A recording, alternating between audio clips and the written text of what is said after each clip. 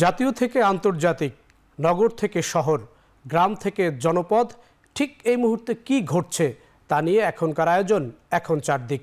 আর দিনের উল্লেখযোগ্য খবর নিয়ে আপনাদের সঙ্গে রয়েছি আমি জাহিদ হাসান। প্রধানমন্ত্রী শেখ হাসিনা বলেছেন, তিস্তা ইস্যুতে ভারত ও চীনের প্রস্তাব যাচাই করে বাংলাদেশের স্বার্থ অনুযায়ী ব্যবস্থা নেওয়া হবে। 2026 সালে গঙ্গা চুক্তি নবায়ন না হলেও এটি বলবৎ হবে বলেও জানান তিনি। বলেন, গঙ্গা ও তিস্তা নিয়ে মোদি মমতার দ্বন্দ্ব তাদের অভ্যন্তরীণ বিষয়। সকালে গণভবনে ভারত সফর নিয়ে সংবাদ সম্মেলনে এক প্রশ্নের জবাবে প্রধানমন্ত্রী বলেন, ডক্টর ইউনূসের বিরুদ্ধে সরকার ব্যবস্থা নেয়নি। উনি নিজেই প্রমাণ দিয়েছেন কর ফাঁকির। তার বিরুদ্ধে মামলা করেছেন শ্রমিকরা। ডক্টর ইউনূসের বিদেশে এত বিনিয়োগের অর্থের উৎস নিয়েও প্রশ্ন তোলেন প্রধানমন্ত্রী। চীনও একটা ফিজিবিলিটি স্টাডি করেছে, ভারতও একটা করবে, করে আমরা আমাদের কাছে যেটা সব থেকে বেশি গ্রহণযোগ্য লাভজনক আমরা সেটাই করব। মমতা ব্যানার্জির যে চিঠি সেটা তো উনি লিখেছেন ওনার দেশের প্রধানমন্ত্রীকে, এটা তো তাদের আভ্যন্তরীণ ব্যাপার, এখানে আমার তো কিছু বলার নাই। একটা দেশের মধ্যে হয়তো ট্রানজিট দিলেই বা ক্ষতিটা কি?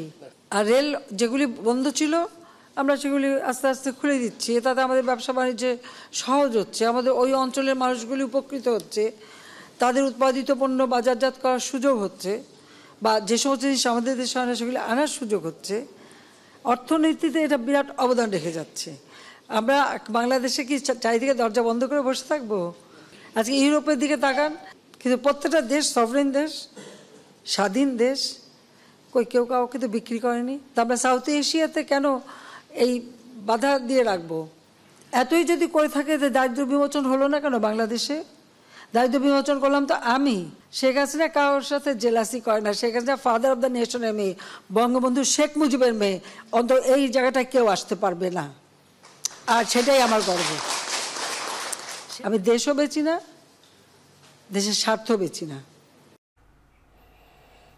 সড়ক পরিবহন ও সেতু মন্ত্রী ওবায়দুল কাদের জানিয়েছেন, পদ্মা সেতুতে যান চলাচল শুরু হওয়ার পর থেকে এ পর্যন্ত প্রায় 1,27 লাখ যানবাহন পারাপার হয়েছে। টোল আদায় হয়েছে প্রায় 1,650 কোটি টাকা। পদ্মা সেতুর 2 বছর পূর্তিতে বনানীতে সেতু ভবন আয়োজিত সংবাদ সম্মেলনে তিনি একথা বলেন। 32,605 কোটি টাকা ব্যয়ে নির্মিত পদ্মা সেতু থেকে এরই মধ্যে সুফল ভোগ করেছে দেশের দক্ষিণ ও দক্ষিণ পশ্চিমাঞ্চলের 21টি জেলায় প্রায় 3 কোটি মানুষ। প্রতিদিন টোল আদায় হচ্ছে। এখন পর্যন্ত 6 কিস্তিতে অর্থ বিভাগকে 948 কোটি টাকা ইতিমধ্যেই পরিশোধ করা হয়েছে। আগামী 27 জুন 7ম ও 8ম কিস্তির 314 কোটি টাকার চেক গণভবনে প্রধানমন্ত্রীর মাধ্যমে অর্থ বিভাগকে হস্তান্তর করা হবে বলেও জানিয়েছেন সড়ক পরিবহন মন্ত্রী।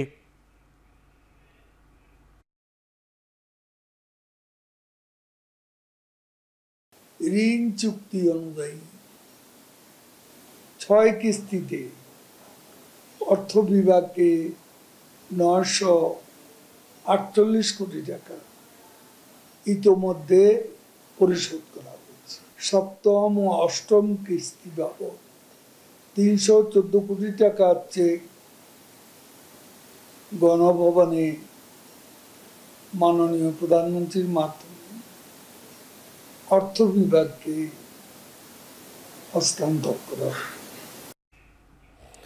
ভারতের সঙ্গে করা 10টি চুক্তিকেই বাংলাদেশের স্বার্থবিরোধী বলেছেন বিএনপির মহাসচিব মির্জা ফখরুল ইসলাম আলমগীর। বলেন, তিস্তা সমস্যার সমাধান কিংবা সীমান্ত হত্যা বন্ধে কোনো উদ্যোগ নেয়নি সরকার। মঙ্গলবার দুপুরে বিএনপির গুলশান কার্যালয়ে এক সংবাদ সম্মেলনে মির্জা ফখরুল আরও বলেন, বাংলাদেশের মূল ইস্যু তিস্তার পানি বন্টনের ন্যায্য হিস্সা আদায়, যা করতে ব্যর্থ হয়েছে সরকার। দেশের মধ্য দিয়ে রেল লাইন যাওয়ার ব্যবস্থা করে দেয়া বাংলাদেশের জন্য হুমকি হিসাবে আখ্যা দেন তিনি। ফখরুল বলেন, বিএনপি ভারত বিরোধী নয় এবং এই সরকারের দেশবিরোধী কর্মকাণ্ডের বিরোধিতা করছে। তার মতে সরকার বাংলাদেশের স্বার্থ আদায় করতে বারবার ব্যর্থ হচ্ছে। নতজানু পররাষ্ট্রনীতির কারণে মিয়ানমারের জাহাজ সেন্ট মার্টিনের অভ্যন্তরে প্রবেশ করেছে বলেও মন্তব্য করেন মির্জা ফখরুল।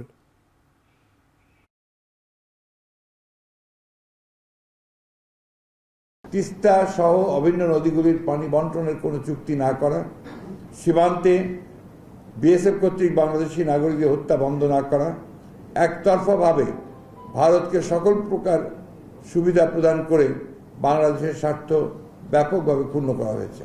ভারতকে সকল প্রকার সুবিধা প্রদানের বিনিময়ে ভারতের কাছ থেকে বাংলাদেশের কোনো স্বার্থ আদায় করতে শেখ হাসিনা সম্পূর্ণ ব্যর্থ হয়েছেন। এই চুক্তিগুলোকে বাংলাদেশের স্বার্থবিরোধী হওয়ায় বিএনপি এই চুক্তিগুলি প্রত্যাখ্যান করছে। নতজানু পররাষ্ট্রনীতির কারণেই বাংলাদেশের সার্বভৌমত্ব বারবার হুমকির সম্মুখীন হচ্ছে। দলের পক্ষ থেকে তাকে মুক্তি দিয়ে বিদেশে প্রেরণের দাবি জানানো হয়েছে, এমনকি পরিবারের পক্ষ থেকে 2 বার তার বিদেশে চিকিৎসার অনুমতি দেওয়া হয়েছে। আগামী 3 বছরে 1000 প্রাথমিক বিদ্যালয়ের 8ম শ্রেণী পর্যন্ত চালুর অবকাঠামোগত ব্যবস্থা রয়েছে, কিন্তু তা পুরোপুরি বাস্তবায়নে শিক্ষক নিয়োগ সহ আরও অনেক বিষয় নিশ্চিত করতে হবে, এমনটা জানিয়েছেন প্রাথমিক ও গণশিক্ষা সচিব ফরিদ আহমদ। সকালে সচিবালয়ে প্রাথমিক শিক্ষা পদক নিয়ে সংবাদ সম্মেলনের শেষে তিনি জানান 154টি বিদ্যালয়ের এখনই 8ম শ্রেণী চালুর মতো অবস্থা রয়েছে। শিক্ষার্থী কম থাকা বিদ্যালয়গুলোকে একীভূত করার বিষয়ে সচিব জানান 150টি বিদ্যালয় শিক্ষার্থী সংখ্যা 10 থেকে 50 জনের মধ্যে আছে, তবে বিদ্যালয়গুলোকে পার্শ্ববর্তী বিদ্যালয়ের সাথে একীভূত করা হবে না। পার্বত্য অঞ্চল ও চরাঞ্চলের বিদ্যালয়গুলো একীভূতকরণ প্রক্রিয়ার বাইরে থাকবে। এবার 3টি ক্ষেত্রে 18 ক্যাটাগরিতে 126 জন প্রাথমিক শিক্ষা পদক পাচ্ছেন। এর মধ্যে প্রধানমন্ত্রীর হাত থেকে পদক গ্রহণ করবেন 54 জন।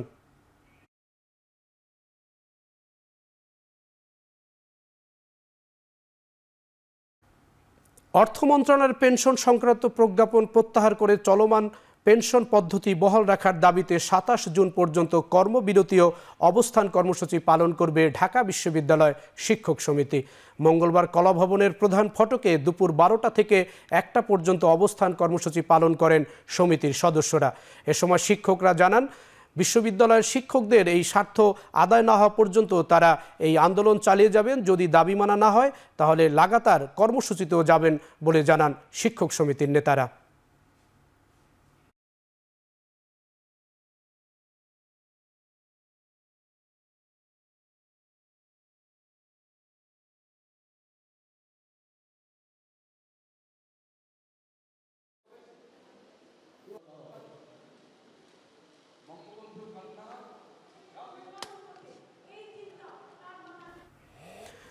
বিমানের টিকিট না পাওয়া স্ক্রিনের সমস্যা সমাধানে আশ্বাস দিয়েছেন বেসামরিক বিমান চলাচল কর্তৃপক্ষের চেয়ারম্যান এম মফিদুর রহমান। মঙ্গলবার হযরত শাহজালাল আন্তর্জাতিক বিমানবন্দরের যাত্রীদের সমস্যা নিয়ে এক গণশুনানিতে তিনি একথা বলেন। তিনি আরও বলেন, যাত্রী সেবা উন্নত করতে বিমানবন্দরে বিভিন্ন সেবার মান বাড়ানো হয়েছে। আগামী 26 জুন থেকে দেশে ফেরা যাত্রীদের ব্যাগেজ সেবা দিতে চালু হবে বিআরটিসি বাস সেবা। এ সময় সেবা সংস্থাগুলোকে যাত্রীদের চাহিদা চেয়ে আগামী সুবিধা দেওয়ার নির্দেশ দেন তিনি। যাত্রীদের সেবার মাধ্যমে সন্তুষ্টি দিতে বিমানবন্দর ব্যবস্থাপনায় উন্নয়ন কাজ চলছে বলেও জানান সিভিল এভিয়েশনের চেয়ারম্যান। আমরা যারা স্টেক হোল্ডার আছি, আমরা তাদের চাহিদাকে অ্যান্টিসিপেট করে আমাদেরকে প্রোঅ্যাক্টিভ ভাবে যে কি চাহিদা হতে পারে সেইটাকে আমাদের নজর দিতে হবে। আগমনের পরে আমাদের স্ক্রিনিং, কাস্টমস স্ক্রিনিংটা আপনাদেরকে অনেক বিলম্ব করে দেয়। এই ব্যাপারটা আমরা অবহিত আছি। বিআরটিসির মাধ্যমে এখন 2টা বাস আমরা তৈরি করেছি। এই 2টা বাস আগামীকাল থেকে চালু হবে। বাংলাদেশের ইতালীয় প্রতিষ্ঠানের সহযোগিতায় প্রথম মহাকাশ আবহাওয়া পর্যবেক্ষণের জন্য স্থাপিত হল জিএনএসএস আয়োনোস্ফিয়ার ও অবজারভেটরি। ইতালির national institute of geophysics and ভলকানোলজির সাথে military institute of science and টেকনোলজির যৌথ উদ্যোগে এই পর্যবেক্ষণ সংস্থাটি স্থাপিত হয়।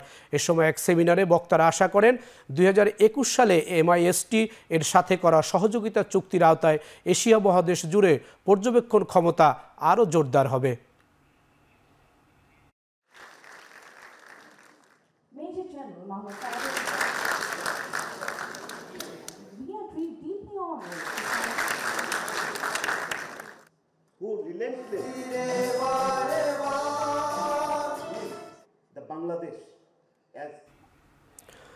রাজধানীর হাজারীবাগে বুরহানপুর এলাকার নির্মাণাধীন ভবনে এডিসের লার্ভা পাওয়ার 10,000 টাকা জরিমানা করেছে ভ্রাম্যমাণ আদালত।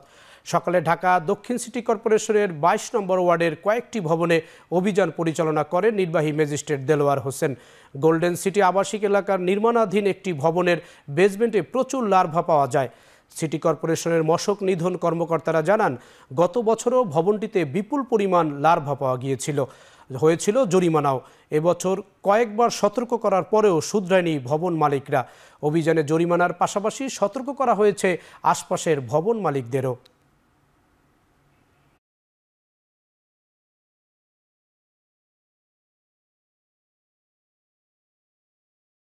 ঢাকা দক্ষিণ সিটি কর্পোরেশন থেকে ইতিমধ্যে পদক্ষেপ নেওয়া হয়েছে। আমাদের সকল ম্যাজিস্ট্রেটগণ প্রত্যেকে কাজ করতেছেন ফিল্ডে। আবাসিক এলাকাগুলোতে মশার উপদ্রব কম, যেহেতু সেখানে মানুষজন বসবাস করেন, কিন্তু নির্মাণাধীন ভবনগুলোতে এটা প্রকোপটা একটু বেশি, একটু অবহেলা আছে।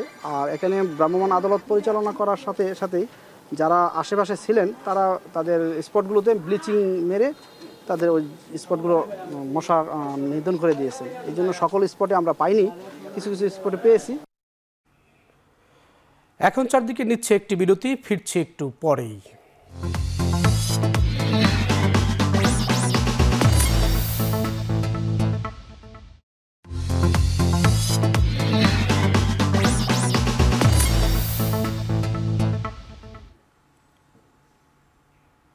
ফিরে এলাম বিরতির পর। আপনারা দেখছেন এখন চারদিক। সিলেটের নিম্ন অঞ্চল থেকে নামতে শুরু করেছে বন্যার পানি। আশ্রয়কেন্দ্র থেকে ঘরে ফিরতে শুরু করেছেন বানভাসী মানুষ। সুরমা পানির বিপদসীমার নিচ দিয়ে প্রবাহিত হওয়ায় সিলেট জেলার বন্যা পরিস্থিতি অনেকটাই উন্নতির দিকে।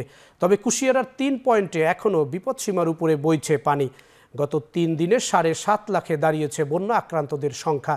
এদিকে পানি নেমে গেল দুর্ভোগ কমেনি হবিগঞ্জ ও সুনামগঞ্জের বানভাসী মানুষের। নতুন করে কবে ঘুরে দাঁড়ানোর চেষ্টায় দিশেহারা নিম্ন আয়ের মানুষেরা। ঢলের পানিতে বসতভিটা ভেসে যাওয়ায় দিশেহারা অনেকে। পানি উন্নয়ন বোর্ড বলছে সুনামগঞ্জের নদ নদীর পানি এখন বিপদসীমার নিচ দিয়ে প্রবাহিত হচ্ছে। সুরমা নদীর পানি প্রবাহিত হচ্ছে বিপদসীমার 46 সেন্টিমিটার নিচ দিয়ে। ভোলার মেঘনা তেঁতুলিয়া নদীতে ধরা পড়ছে ঝাঁকে ঝাঁকে রূপালী ইলিশ, যাতে খুশির পাশাপাশি ব্যস্ততা বেড়েছে জেলেপল্লী ও নদী পাড়ের আড়তগুলোতে। জেলেরা জানান, পূর্ণিমার প্রভাবে নদীর পানি বৃদ্ধি পাওয়া ইলিশের ঝাঁক নদীতে আসছে। মার্চ এপ্রিল 2 মাস ইলিশ ধরায় নিষেধাজ্ঞার পর জেলেরা নদীতে নামলেও কাঙ্ক্ষিত ইলিশের দেখা পাননি, যাতে ঋণসহ দেনায় জর্জরিত হয়ে পড়েন ওই অঞ্চলের জেলেরা। তবে নিষেধাজ্ঞায় তুলে নেওয়ার প্রায় 2 মাস পর নদীতে ইলিশের দেখা পাওয়ায় স্বস্তি ফিরছে জেলেদের মনে। এদিকে সরবরাহ বাড়ায় জেলার পাইকারি মাছ ঘাটগুলোতে 1.5 থেকে 200 টাকা কমে প্রতি কেজি ইলিশ বিক্রি হচ্ছে 1400 থেকে 1700 টাকায়।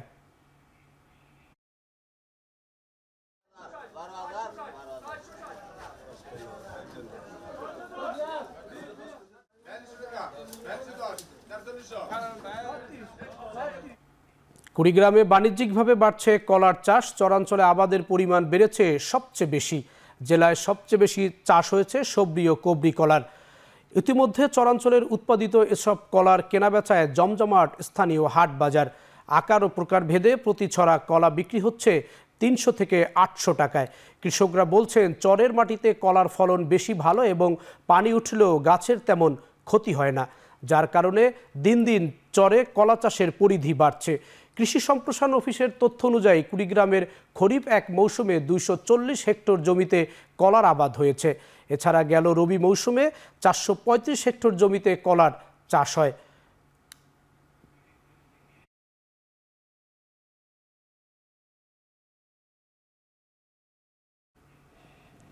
ময়মনসিংহের 30 সালে ইকোনমিক জোনের সীমানা পিলারের পাইলিংয়ে ক্ষতিগ্রস্ত হয়েছে তিতাস গ্যাসের প্রধান সঞ্চালন লাইন। এতে গ্যাস লাইন বন্ধ করে মেরামত করছেন তিতাসের কর্মীরা। আমাদের নিজস্ব তিতাসের জায়গায় ওই সামনে মার্কার পোস্ট আছে, ওই পাশে আছে। আমাদের তো 1 মিটার পর দেওয়া হয় না, একটা নির্দিষ্ট ডিস্টেন্স পর দেওয়া হয়। আর এলাকার লোকজন জানতো যে এখানে তিতাসের লাইন আছে, তারা জানি না কেন কাজটা করলো। কাজে এটা আমরা পরবর্তীতে এগুলো হিসাব করে আমরা পেনাল্টি চার্জ করব, ক্ষতিপূরণ দাবি করব। রেলের স্বল্প দূরত্বে রেয়াদি সুবিধা পুনর্বহালের দাবিতে চট্টগ্রামে মানববন্ধন করেছে রেল, নৌ ও যোগাযোগ পরিবেশ উন্নয়ন গণ কমিটি। এটি বাতিল করায় কুমিল্লা থেকে চট্টগ্রামের যাত্রীদের ভাড়া বেড়েছে 30%। 1992 সালে রেলের সেকশন ও দূরত্ব ভিত্তিক রেয়াতের সুবিধা চালু করে তৎকালীন সরকার। 2012 সালে সেকশন ভিত্তিক রেয়াত সুবিধা বাতিল হয়, 50% ভাড়া বৃদ্ধি পায়। আর গত 4 মে থেকে দূরত্ব ভিত্তিক রেয়াত বাতিল হওয়ায় ভাড়া বাড়ে 30%। এতে যাতায়াতের খরচ বেড়েছে নিম্ন আয়ের মানুষের।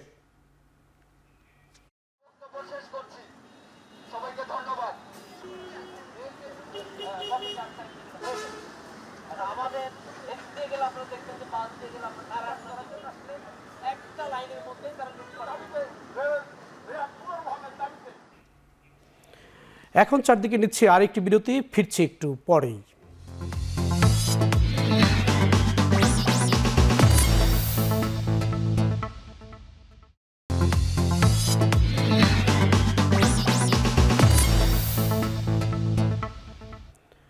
ফিরে এলাম বিরতির পর। আপনারা দেখছেন এখন চারদিক।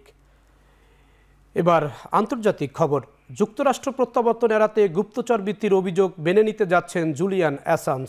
যুক্তরাষ্ট্রের সঙ্গে চুক্তিতে রাজি হওয়ায় 5 বছর কারাবাসের পর ব্রিটিশ কারাগার থেকে মুক্তি পেলেন উইকিলিক্সের প্রতিষ্ঠাতা। যুক্তরাষ্ট্রের একটি আদালতের নথি অনুসারে মার্কিন সামরিক বাহিনীর গোপন নথিপত্র কূটনৈতিক বার্তা ফাঁসের অভিযোগে একক অপরাধী হিসাবে দোষ স্বীকার করতে সম্মত হয়েছেন অ্যাসাঞ্জ। চলতি সপ্তাহে আদালতের কাছে স্বীকারোক্তি দেবেন তিনি। এরপর তিনি ফিরে যেতে পারবেন তার নিজ দেশ অস্ট্রেলিয়ায়। ধারণা করা হচ্ছে বুধবার নর্দার্ন মারিয়ানা দ্বীপের একটি আদালতে সম্পন্ন হবে আইনি প্রক্রিয়া। 14 বছর আগে উইকিলিক্সের মাধ্যমে 1 কোটির বেশি মার্কিন গোয়েন্দা নথি ও কূটনৈতিক বার্তা ফাঁস করে বিশ্বজুড়ে হইচই ফেলে দেন জুলিয়ান অ্যাসাঞ্জ।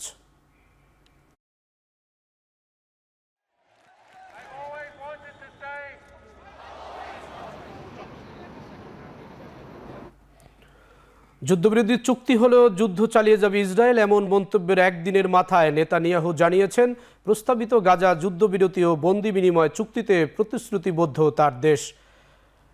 সোমবার পার্লামেন্টে ইসরায়েলের প্রধানমন্ত্রীর এই দাবির পর হামাস জানিয়েছে চুক্তি এড়ানোর জন্য সময়ক্ষেপণ করছে নেতানিয়াহু। বিপরীতধর্মী বক্তব্যে যুদ্ধবিরতি নিয়ে তৈরি হয়েছে সংশয়। যুক্তরাষ্ট্র থেকে অস্ত্র সরবরাহ উল্লেখযোগ্য হারে কমছে তেল আবিবের এমন দাবিকে ভিত্তিহীন বলে দাবি করছে হোয়াইট হাউস। এদিকে লেবাননের সশস্ত্র গোষ্ঠী হিজবুল্লাহর সঙ্গে সংঘাত এড়াতে ইসরায়েলের প্রতিরক্ষা মন্ত্রীকে অনুরোধ করেছেন মার্কিন পররাষ্ট্রমন্ত্রী অ্যান্টনি ব্লিংকেন। প্রায় 9 মাস ব্যাপী যুদ্ধে ক্রমেই অবনতি হচ্ছে গাজার মানবিক পরিস্থিতি। জাতিসংঘ বলছে দুর্ভিক্ষমুখী উপত্যকার বাসিন্দারা তীব্র খাদ্য সংকটে ভুগছে। প্রায় 5 লাখ ফিলিস্তিনি অভুক্ত অবস্থায় দিন পার করছে গাজার 20% মানুষ।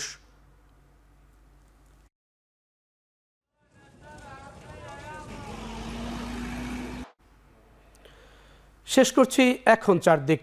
এখন টেলিভিশন ওয়েবসাইট দেখতে ভিজিট করুন www.ekhon.tv। আর এখন টেলিভিশনের ফেসবুক দেখতে ভিজিট করুন facebook.com/tv এখন। ইউটিউবে এখন টেলিভিশন দেখতে ভিজিট করুন youtube.com/c/ekhon tv।